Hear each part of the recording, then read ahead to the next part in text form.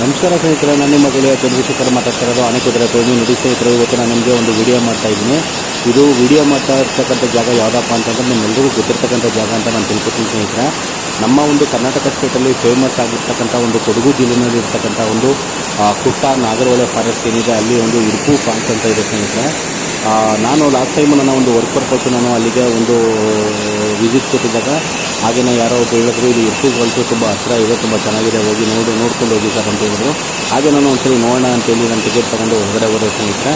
ಭಾಳ ವಿಜೃಂಭಣೆಯಿಂದ ತುಂಬ ಚೆನ್ನಾಗಿದೆ ಸ್ನೇಹಿತರೆ. ಯಾಕೆ ಅಂತಂದರೆ ನಾನು ನಿಮ್ಗೆ ಒಂದು ಹೇಳೋಕ್ಕೆ ಇಷ್ಟಪಡ್ತೀನಿ. ಒಂದು ಫಾಲ್ಸ್ ಏರಿಯಾ ಏನಿದೆ, ಆ ಫಾಲ್ಸು ನೀರು ಏನು ಬೀಳ್ತಿದೆ, ಆ ನೀರು ಬಿದ್ದು ನೀರು ಏನು ಹರ್ಕೊಂಡು ಹೋಗುತ್ತೆ, ಹರ್ಕೊಂಡು ಹೋಗ್ಬೇಕಾದ್ರೆ ನಾವು ಒಂದು ಸಣ್ಣದು ಒಂದು ಬ್ರಿಡ್ಜ್ ಮೇಲೆ ನಾವು ನಡ್ಕೊಂಡು ಹೋಗ್ತೀವಿ. ಆ ನಡ್ಕೊಂಡು ಹೋಗ್ಬೇಕಾದ್ರೆ ನಮಗೆ ಹೆಂಗೆ ಫೀಲ್ ಆಗುತ್ತೆ ಅಂದರೆ, ಪೂರ್ತಿ ದಟ್ಟವಾದ ಅರಣ್ಯ ಪ್ರದೇಶ, ಪ್ರಾಣಿ ಪಕ್ಷಿಗಳದ್ದು ಒಂದು ಸೌಂಡ್ ಇದೆ.